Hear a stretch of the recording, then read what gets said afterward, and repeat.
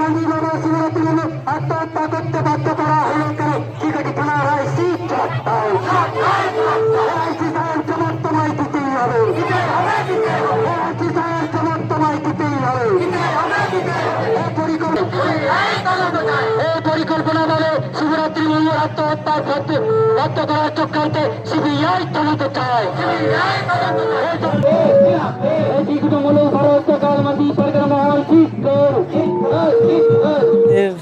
সাঁওতাল সমাজে বা আদিবাসী সমাজে মাঝি আরি সিস্টেম আছে এবং গ্রামের সুপ্রিমো হচ্ছেন মাঝি বাবা। তো যে মাঝি বাবা গ্রামের সুপ্রিমো পুরোটাই 16 আনার একটা হেড, আপনারা হয়তো ধরে নিতে পারেন উনি প্রধানমন্ত্রী সমতুল্য বা রাষ্ট্রপতি সমতুল্য। তো অজ্ঞাত কোনো কারণে এখানে আমাদের গঙ্গাজল ঘাটি থানা থেকে তাকে কল করা হয়েছে, জানি না কী কারণে।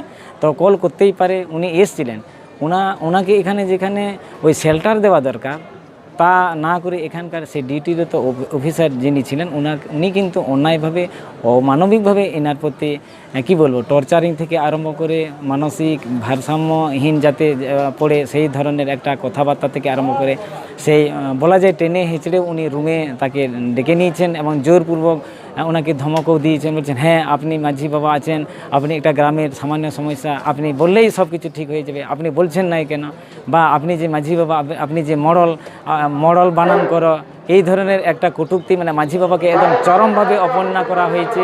তার সাথে সাথে যে ও হয়তো ভয়ে কিছু বলতে চাইছে না, তখন তার সেই চুলটা ধরেও তাকে সেই মানে গালে চড় ছাপড় দিয়েছে, পিটেও দিয়েছে। ওটা তো চললো, এটা 26 তারিখের ঘটনা, 26শে মে। এরপর থেকে তার প্রতি কিন্তু সেই থানা থেকে ওর বাড়িতে গেছে বা সিভিক পুলিশেরও একটা তদন্ত আছে যে থানায় চলে এসো, কিন্তু সে তো ভয় একটা খেয়ে গেছে, ও তো লুকিয়ে বেড়াচ্ছে। কোনো দিন হয়তো রাতে ওকে সেই গাছের তলায় শুতে হয়েছে বা বাইরে শুতে হয়েছে। এই ধরনের একটা সিচুয়েশন যখন হলো, পারগানা মহল থেকে ওনাকে অনেক আশ্বস্ত করা হয়েছে যে তোমার কিচ্ছু হবে না, কিন্তু উনি মেনে নিতে পারেন না। যেভাবে হয় যে কোনোভাবেই হয়তো ফোনে কিংবা ডায়েরিলে তার প্রতি যেটা অন্যায় অবিচার করা হয়েছে, মানে আমরা বলবো থানার প্ররোচনাতে বা যে কোনো ব্যক্তির প্ররোচনাতে উনি কিন্তু সেই আত্মহত্যার পথ বেছে নিলেন। এটা খুব দুঃখজনক ব্যাপার। ওনার বয়স তো 27 বছরের মতো, উনি তো ইয়াং যুবক, উনি কেন আত্মহত্যা করবেন? উনি তো প্রতিবাদ হতে পারতেন। কিন্তু আমরা মনে করেছি বা উনিও আমাদের বলেছেন যে না আমি কিন্তু অস্বস্তি বোধ করছি, থানা থেকে অস্বস্তি বোধ করছি, এই জন্য আমাদের ডেপুটেশনটা দেওয়া হলো। আমরা এখানে ওনার মরদেহ আমাদের সামাজিক সিস্টেমে বা এখানে হয়তো প্রশাসনও একটু সহযোগিতা করেছিল, যাতে আমাদের মাঝি পারগানা মহলের সমস্ত মাঝি হপনরা বা পারগানা মহলের ধরুন পারগানা বাবা বা জেলা কমিটি থেকে যারা এসেছিলেন, তল্লাট কমিটি মহকুমা কমিটি থেকে যারা এসেছিলেন বা ব্লক থেকে যারা এসেছিলেন, ওনার শেষ দেখা একটা সুযোগ।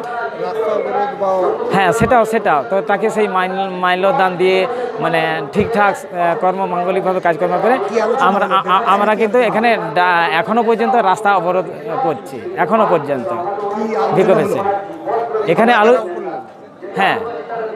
যেখানে যে আলোচনা যে বিষয়গুলো হলো, মূলত বিশেষ করে তার পরিবার, উনি তো একটা রোজগারশীল ব্যক্তি ছিলেন। ওনারা যদিও 4 ভাই, কিন্তু সেই শিবারতী মুর্মু মাঝি বাবা উনি কিন্তু বাবা মাকে দেখতেন। বাবা মা কিন্তু অক্ষম, রুজি রোজগারে অক্ষম। তাহলে প্রত্যেক দিনের যে রুজি রোজগার করে শিবারতী আনতো, তার মা বাবাকে দিতেন। অন্য ভাইরা বাইরে থাকেন, ওনারা হয়তো অতটা মনে হয় দেখতেন কিনা ওটা মনে হয় আমার জানা নেই, কিন্তু মেন দায়িত্ব ছিল শিবারতীর উপর। তো শিবারতীর যাতে আর্থিক সাহায্য পায়, ওর পরিবার যাতে আর্থিক সাহায্য পায়, এবং জোরালো আমাদের একটা দাবি আছে সরকারি কোনো কর্ম ওকে দিতেই হবে। এটা যদি না দেওয়া হয় কিন্তু আমরা পরবর্তী ক্ষেত্রে আরও বৃহত্তর আন্দোলনে যাব। এটাই সবচেয়ে মূল দাবি আমাদের ছিল। আমার নাম হচ্ছে বাবুনাথ টুডু, ভারত জাকান মাঝি পারগানা মহল, বাঁকুড়া সদর তল্লাট পারগানা মহল।